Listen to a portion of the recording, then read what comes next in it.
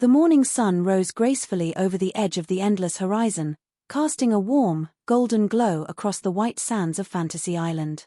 The tropical breeze carried the sweet scent of exotic flowers and the crisp, clean tang of the salty sea. Standing on the grand veranda of the main pavilion, Mr. Rourke looked out at the majestic landscape with a calm, practiced smile. He adjusted his pristine white suit, embodying the very essence of a gracious host who held the keys to countless human dreams. Beside him stood his loyal assistant, Lawrence, who was meticulously reviewing the arrival schedules for the new guests. Mr. Rourke turned slightly and greeted his companion with his usual charm, saying, "I'm Mr. Rourke." "Good morning, Lawrence." He paused, raising a hand slightly to signal a temporary halt to their routine duties. "Stop." Before Lawrence could answer, the air grew noticeably cooler, and a strange, shimmering mist began to roll in from the shoreline. From the swirling white fog, a breathtakingly beautiful figure stepped forward onto the lush green grass. Her eyes possessed the depth of the deepest oceans, and her presence was commanding yet ethereal. Mr. Rourke gasped slightly, recognizing the royal visitor immediately. "Hello, Rourke," she said, her voice sounding like the chime of silver bells. Mr. Rourke stepped forward to welcome her, replying, "Hello, Naya. Are you surprised to see me?" she asked, a faint, melancholic smile playing on her lips. "Oh yes, Naya, very surprised," Mr. Rourke admitted, his mind racing with the memories of their past encounters. "What brings you back to Fantasy Island after all these years?" Naya let out a long, weary sigh that seemed to carry the weight of centuries. She looked down at the earth beneath her feet and spoke with a profound sadness. "I'm 1,000 years old, Rourke. I'm tired of being immortal. I'm tired of falling in love with sailors. I'm tired of luring them to their deaths. I'm bored, Rourke. And my fantasy is to end it all. I want out." Her declaration hung heavily in the warm tropical air, shocking the seasoned host. "Oh, Naya, I can't possibly grant you such a fantasy," Mr. Rourke said softly, his voice filled with genuine concern and empathy for the ancient creature. "You have to," Naya insisted, stepping closer, her gaze intense and unwavering. "You're the only one who knows how to end immortality." Mr. Rourke shook his head firmly, refusing to participate in such a permanent tragedy. "No."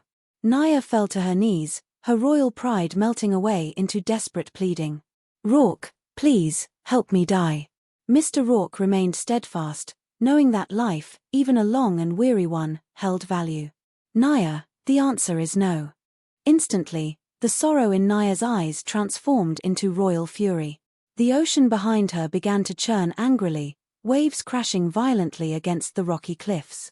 "How dare you refuse the wish of the most royal princess of the seven seas and daughter of Neptune?" she demanded, her voice echoing with divine authority. "You'll regret this, Rourke. I promise you. Fantasy Island will never be the same when I'm through with it." She turned and vanished back into the sea fog as quickly as she had arrived. Mr. Rourke watched the troubled waters, murmuring to himself in disbelief, "I don't believe it, huh? I don't believe it." He quickly composed himself, knowing that his other guests were about to arrive and deserved a joyful welcome. Turning to Lawrence and the rest of the island staff, he clapped his hands together and called out cheerfully, "Smiles, everyone."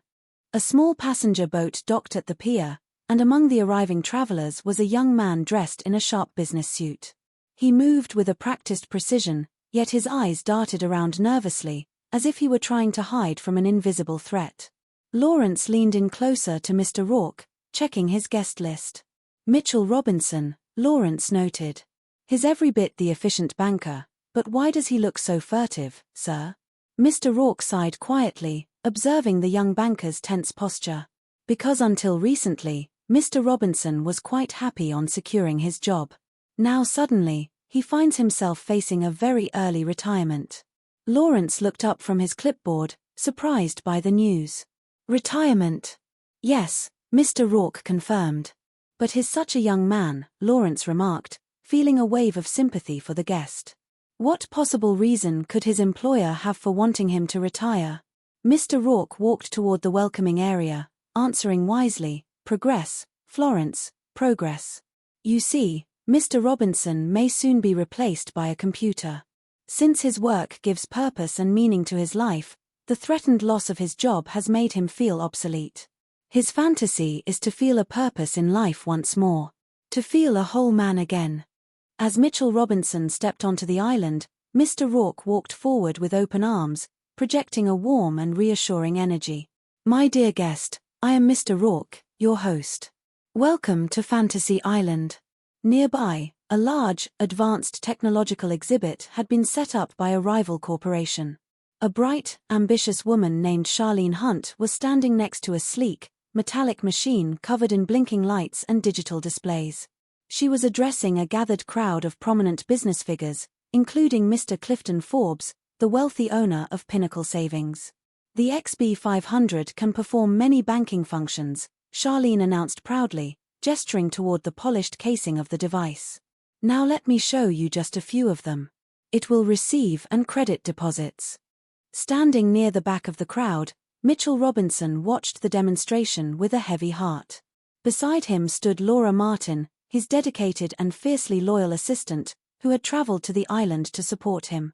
"Well, take a good look, Laura," Mitchell whispered bitterly, his voice filled with anxiety. "That's the competition. Cold, calculating, heartless." Laura looked at the imposing structure of the machine, understanding the deep fear gripping her boss. "It is quite imposing," she agreed softly. "I don't blame Mr. Robinson for being intimidated."